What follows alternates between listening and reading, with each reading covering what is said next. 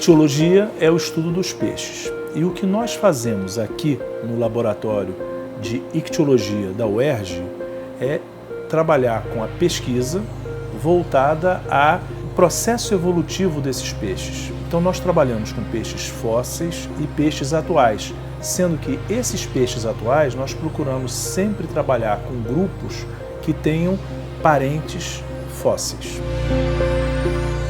Entender a evolução é fundamental, porque o resultado dessa biodiversidade que nós vemos aí no nosso dia a dia, quando você olha para a floresta, quando você olha para o mar, é o resultado de um processo evolutivo em milhões de anos. Então, só quando você estuda o processo evolutivo, você consegue, por exemplo, entender como é que se passou a respirar fora d'água, como é que certos grupos saíram de uma vida puramente aquática para fora, como é que determinados grupos passaram a voar. Vamos pegar um exemplo que é ótimo, que é o exemplo de como um grupo de primatas acabou evoluindo e dando a nossa espécie. Eu entrei aqui no laboratório no mestrado e é engraçado como a gente sai da graduação tendo aulas, tem muita parte teórica da coisa, mas quando a gente começa a estar inserido num ambiente de pesquisa, a gente aos poucos começa a ouvir debates e de pouquinho em pouquinho participar cada vez mais desses debates, e a gente vai aprendendo a pensar sobre todas essas problemáticas, essas perguntas que existem por aí, e isso vai atiçando a nossa curiosidade.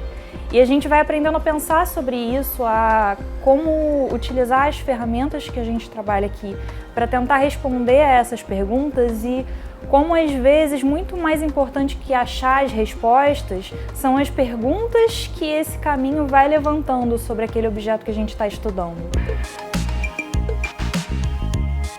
As pesquisas mais recentes têm sido voltadas a essa origem da fauna neotropical.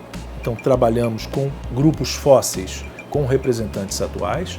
A gente tem trabalhado também muito com essa parte morfológica.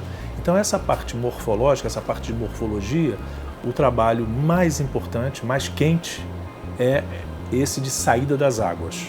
Então, os resultados recentes sobre pulmão foram realmente fundamentais. A definição de pulmão que a gente tem ainda nos livros hoje em dia é que o pulmão é um órgão duplo, assim como o nosso pulmão direito e pulmão esquerdo.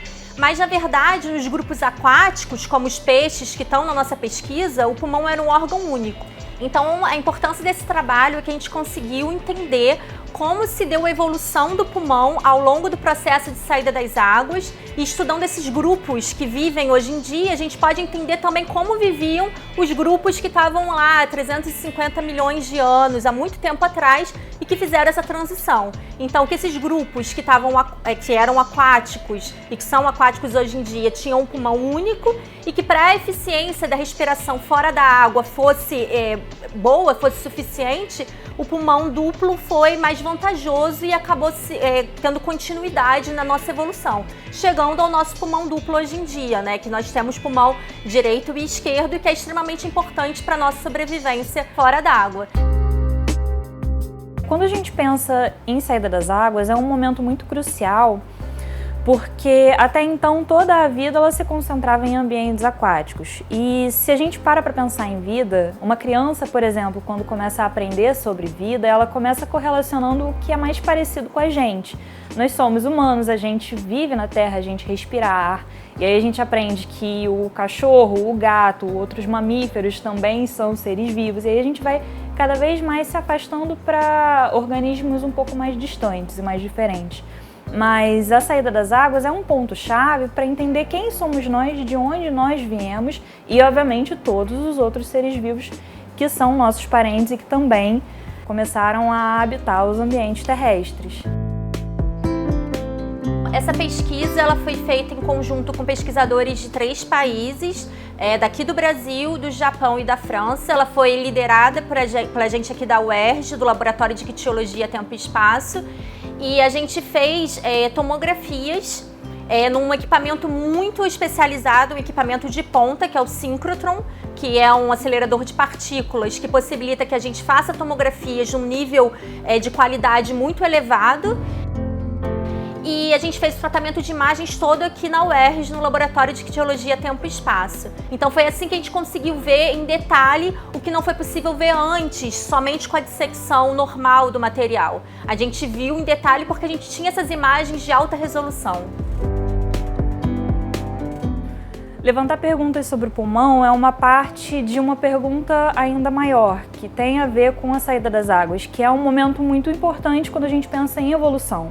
Então, é uma peça num quebra-cabeça ainda maior que eu acredito que os próximos passos das pesquisas da Camila e as pesquisas aqui do laboratório pretendem responder ou pelo menos juntar cada vez mais peças nesse quebra-cabeça.